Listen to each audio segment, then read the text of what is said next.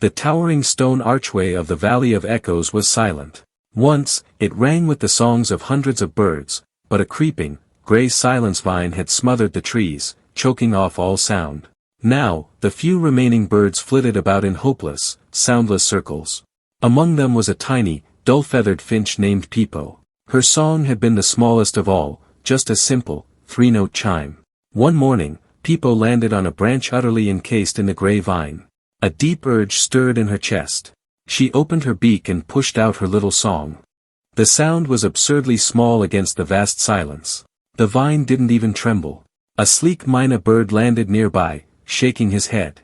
"Why bother, little one? Your song is too small. This vine is too strong. It's impossible." Pipo said nothing. She simply took a breath, focused, and sang again at the same spot. Day after day, she returned. She wasn't reckless, she was disciplined. At dawn, she would sing her 3 notes 50 times against the vine. At dusk, another 50. Her throat grew sore, but she didn't vary. She didn't try a grand, complex song she couldn't sustain.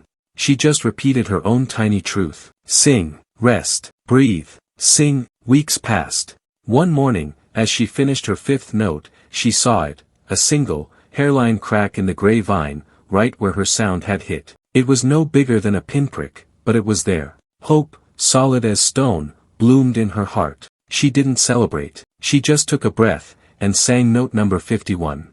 The mynah bird saw the crack. He stared, then flew down. Without a word, he began to sing his own robust, warbling song beside her crack. A moment later, a pair of sparrows, seeing the two of them focused on one spot, joined in with their chattering melody. They didn't plan it. They just understood. A symphony of forgotten sounds began to rise. Chirps, warbles, whistles, trills, all focused on that one, tiny, cracked point. The crack widened into a fissure.